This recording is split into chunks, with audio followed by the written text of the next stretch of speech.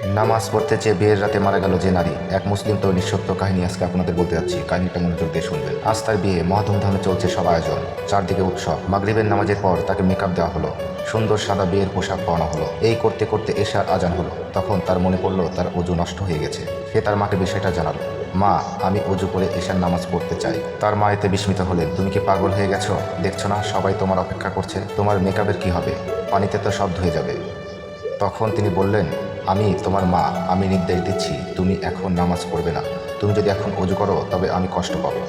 মেয়ে জবাব দিল, না পড়ে আমি এখান থেকে যাব না। মা, তুমি জানো নামাজের মাপ নেই, মানুষ আল্লাহর অবাধ্য হতে পারে না। তার মা জবাব দিলেন, মেকআপ ছাড়া তোমাকে দেখলে মেহমানরা তোমাকে নিয়ে কী বলবে? তাদের চোখে তোমাকে কি সুন্দর লাগবে?